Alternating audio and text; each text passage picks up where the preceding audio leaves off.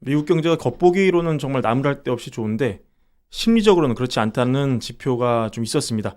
저희 시간에도 여러 번 전해드렸지만 이것은 미국의 양극화를 나타내는 하나의 지표로 해석되기도 했는데요.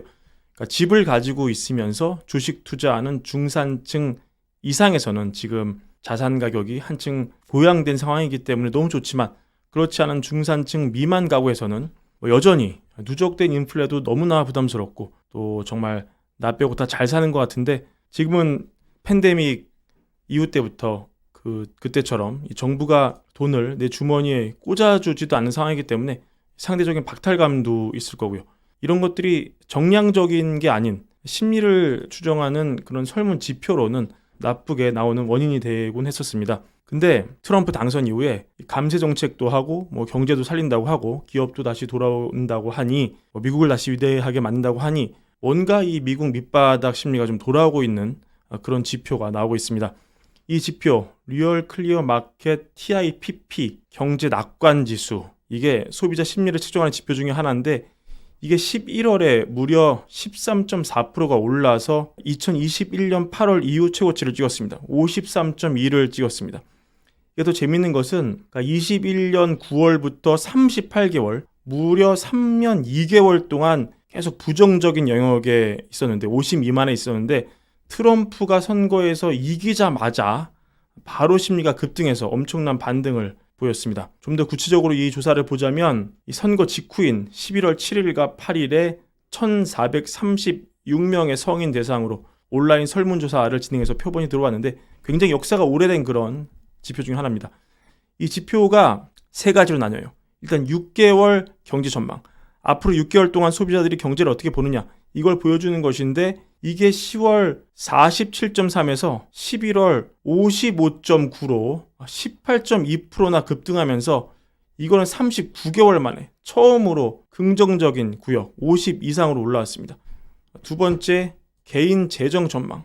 향후 6개월 동안 자신의 재정 상태가 어떻게 될 것이냐. 이거는 지난달 53.6이었는데 60일로 또 엄청 올랐어요. 2020년 3월 이후 최고 수치를 기록했습니다. 정부 경제 정책에 대한 자신감, 신뢰, 이거는 여전히 50을 밑돌고 있지만 39.7에서 42.7로 좀 많이 반등을 했습니다. 물론 이 방송에서도 이 트럼프를 좋아하시는 분이 계시고 또 싫어하는 분은 계시지만 여튼 이 데이터만 놓고 보자면 확실히 트럼프의 당선이 미국 경제의 상승 요인이 될 것이다, 이런 기대감은 확실히 미국 안에 있는 것으로 보입니다.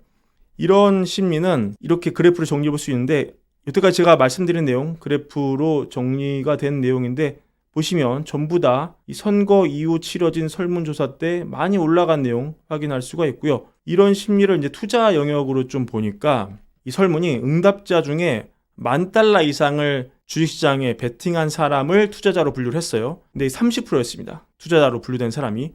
근데 이 투자자 신뢰도가 10월 55.9에서 57.8로 올라갔고요. 70%를 차지하는 비투자자 역시 42.3에서 50.5로 이 경제를 낙관적으로 바라보는 신뢰도가 확 올라간 모습이었습니다. 다만 이 인플레를 바라보는 관점 봤을 때는 무려 79%의 응답자가 인플레에 대해서 우려하고 있고 45%는 매우 우려하고 있고 34%는 다소 우려한다. 그러니까 이런 걸 보면은 인플레가 안정적으로 2%로 가고 있다, 이런 연준위원회 발언과 달리 평범한 미국 사람들은 여전히 인플레에 대한 공포가 극심하다, 이런 점을 함께 보여주고 있고요. 지금 월가에서 보는 경기 침체 가능성은 사실 굉장히 낮거든요. 제가 대선 때 종종 전해드렸던 폴리마켓 기준으로 봐도 올해 침체가 오는데 도박판 베팅 확률이 2%, 내년 5월 전에 침체 오는 거 13%, 굉장히 낮은 확률이죠. 하지만 이 설문조사 보시면 이 약간 밑바닥 미국 민심을 보여주는 이 설문에서는 응답자의 40%가 경기 침체에 지금 있다, 이렇게 믿는 거죠. 31%는 아니라고 보고 29%는 잘 모르겠다, 이렇게 보고 있는데 이게 좀 줄어든 겁니다. 이게 10월에는 44가 그렇다고 답을 했고 그 전에는 47이었어요. 그러니까 감소했는데도 40이다. 이 얘기는 그만큼 이 미국 사회 내부에서도 아까 말씀드린 대로 힘들게 사시는 분이 많은 겁니다. 소득은 별로 안 늘지, 주식은 나는 없는데 남들은 다 돈 많이 벌었다 그러지, 물가는 3, 4년 전과 비교하면 너무 올랐지. 자, 우리들이 이런 상황에 놓였다고 생각을 한번 해보면 우리는 어떻게 생각을 할까요? 남들은 잘 사는데 나만 못 사는 것 같다. 그러면 사람이 심리적으로 내 탓을 하겠습니까? 내가 문제가 있어서 그런 거다. 내가 능력이 없어서 그런 거다. 이렇게 생각을 하기 쉽지 않죠. 자기 객관화가 쉽지 않습니다. 방어 기제가 작용을 하죠. 이거는 지금 내가 사는 미국이 침체이기 때문에 그런 거다. 그래서 먹고 살기 힘들다. 자연스럽게 이쪽으로 생각을 할 수밖에 없는데 이런 어떤 심리적 기저, 그런 흐름을 감안하더라도 떨어졌는데 지금 침체라고 생각하는 비율이 40이다. 이거는 굉장히 미국 양극화가 심하다. 이런 거를 보여주고 있습니다. 사람이 정말 이 이성적인 동물이 아니라는 거, 감정에 취약한 동물이라는 거, 이 설문 내용이 또 그대로 보여주는데 이게 제일 극단적인 것 같아요.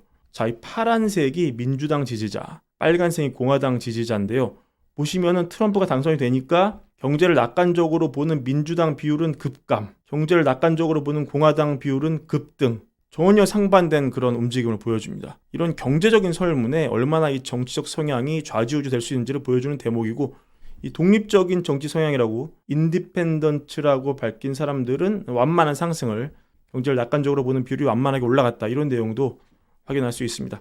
자, 이런 설문 내용을 바탕에 깔고 그 외 지표를 좀 보면 얼마 전 소매 판매 굉장히 잘 나왔다는 내용 전해드렸고, 오늘 나온 월마트 실적으로 보시면 3분기 깜짝 실적이 나왔습니다. 주가도 좀 올랐죠. 매출이 1696억 달러로 전년 동기 대비 5.3% 늘었습니다. 그리고 주당 순이익도 59센트 나와서 전망치 53센트를 능가했는데, 결국 비결이 뭐였냐? 밑바닥 계층에서 많이 쓴 게 아니라 돈 잘 버는 사람들의 깜짝 소비가 좀 늘어난 그런 영향이 컸다. 이런 분석을 얻을 수가 있고요. 그러니까 결국은 미국의 완전 전반적인 가장 그 저렴한 상품을 상징하는 월마트 실적 향상 비결도 밑바닥 쪽에서 많이 써준 게 아니라 전반적으로 돈을 잘 버는 사람들의 깜짝 소비가 늘어서다. 이런 내용을 좀 보여주고, 그리고 결국은 사실 미국의 소비를 잘 보려면 지금 이 백화점 개념이라고 할 수 있는 메이시스 25일 날 나오고요. 조금 더 고급인 노드스트롬 이것도 25일 날 나오는데, 결국 미국 소비의 키를 쥐고 있는 중산층 이상이 주로 소비하는 백화점 실적을 봐야지 좀 더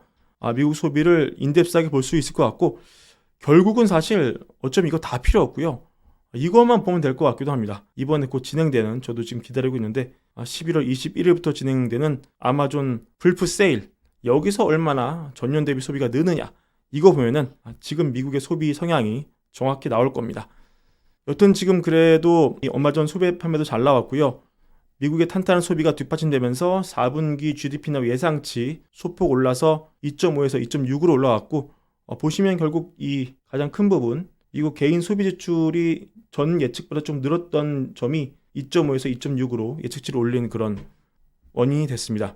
가장 큰 포션이죠. 그래서 이렇게 미국 경기는 너무 좋은데 다른 데는 다 울상입니다. 지금 유럽에서는 환율이 1달러가 1유로, 정말 과거에는 상상하기 힘든 그런 액수죠. 달러 유로 페리티가 나올 것이다. 1달러 1유로, 이런 전망이 나오고 있습니다. 유럽에서 가장 큰 운용사 중 하나죠. 한국에서는 NH와 합작하고 있는 아문디의 이 CIO가 밝히기를, 투자자들이 미국 성장률 상승과 관세 가능성을 보면서 미국 주식과 달러가 급등한 반면 그 외 지역은 굉장히 고전하고 있다. 다음 달 유로 달러 페리티가 나올 수 있다. 이렇게 전망을 하고 있습니다. 왜냐하면 미국 자산 급등으로 인해서 달러 수요가 상당히 높기 때문이다. 이런 얘기하는데, 그래도 이게 유럽 기반 하우스인데 유럽을 좀 긍정적으로 봐야겠죠. 그래서 전망하기로, 하지만 내년에는 다시 유로화가 살아날 거다. 내년 말까지 1.16달러가 1유로로 될 것이다. 이렇게 전망을 하면서 유럽에 대한 극도로 부정적인 심리가 유럽 주식을 급등시킬 수 있는데, 그 촉매는 침체 공포에 시달려서 관세 폭탄까지 맞으면서 지금 죽느냐 사느냐 하고 있는 독일의 중국 못지않은 화끈한 재정 부양책, 혹은 러시아가 우크라이나에서 추퇴하는 상황이다. 이렇게 얘기를 합니다. 그래서 지금 이 CIO는 모르띠에는 얘기하기로 지금 자기는 유럽 채권을 좀 사고 있고 미국 국채를 10년 만기 국채를 사고 있는데, 그거는 지금 소위 트럼프 트레이드가 과열된 상황일 수 있기 때문이다. 이렇게 전망을 합니다. 자기가 봤을 때 가장 피해야 될 상황은 5개 혹은 10개의 미국 주식에만 몰빵하는 거고, 우리는 굉장히 민첩하게 움직여야 된다. 이렇게 전망합니다. 그러면 가장 관심사인 미국 증시는 그럼 어떻게 될 것이냐? 결국 돌고 돌아서 내일 나오는 엔비디아 실적이 가장 중요하다. 이게 거의 전부다. 이런 원론적인 분석 나오고 있습니다. 이 뱅크 오브 아메리카 분석을 보시면 나와 있는데, 자 보시면은 엔비디아 실적 발표를 앞두고 이 옵션 변동성을 측정을 했어요. 해보니까 이 엔비디아에 따른 옵션 변동성이 비농업 고용지수, CPI, 심지어 파월이 발언하는 FOMC보다 더 높다. 이게 무슨 얘기입니까, 여러분? 결국 증시를 좌지우지하는 최대 변수는 CPI도 아니고 파월도 아니고 비농업 고용지수도 아니고 결국 엔비디아의 실적이다. 이런 걸 보여주고요. 이 그래프 보시면은 엔비디아 실적 발표 구간의 이 S&P 500의 예상 변동성과 엔비디아 예상 변동성이 거의 쌍둥이처럼 움직인다. 이거는 엔비디아 실적 발표라는 이벤트는 개별 종목 이벤트가 아니라 결국 증시를 좌지우지하는 핵심 변수다. 이런 내용을 다시 한번 확인시켜주고 있습니다. 일단 엔비디아 실적을 앞두고 오늘 엔비디아 주가는 긍정적으로 반응을 했고요. 이건 내일 실적 월가가 좀 좋게 보고 있다는 것을 의미합니다. 엔비디아 실적이 이제 그 소식이 나올 텐데요. 뭐 이런 것들에 대한 의문이 얼마나 해결되느냐에 달려있겠죠. 블랙웰 최근에 버즈가 많았습니다. 발열 관련 이슈가 있었는데 그걸 얼마나 잘 설명을 해주느냐. 그리고 월가가 공식적으로 내놓는 이 컨셉보다 자기 나름대로 그보다 훨씬 높게 실적을 예상해놓고 그거에 미치지 못하면, 즉 어닝 서프라이즈가 나왔음에도 내가 속으로 생각한 실적 대비 안 나왔다는 이유로 막 주가를 때려버리는 그런 일이 좀 있었죠. 그런 일이 발생하느냐 하지 않느냐, 이게 또 주가를 좌지우지하는 관건이 될 것 같습니다. 여튼 엔비디아 실적, 우리 매경 최고의 반도체 인사이트를 가진 오찬종 특파원을 축으로 저희 월가열부가 가장 빠르고 정확하게 소식을 전해드리겠습니다. 오늘 준비한 영상 이것으로 마무리하고요. 월가열부 구독과 좋아요, 많은 사랑도 함께 부탁드립니다. 감사합니다.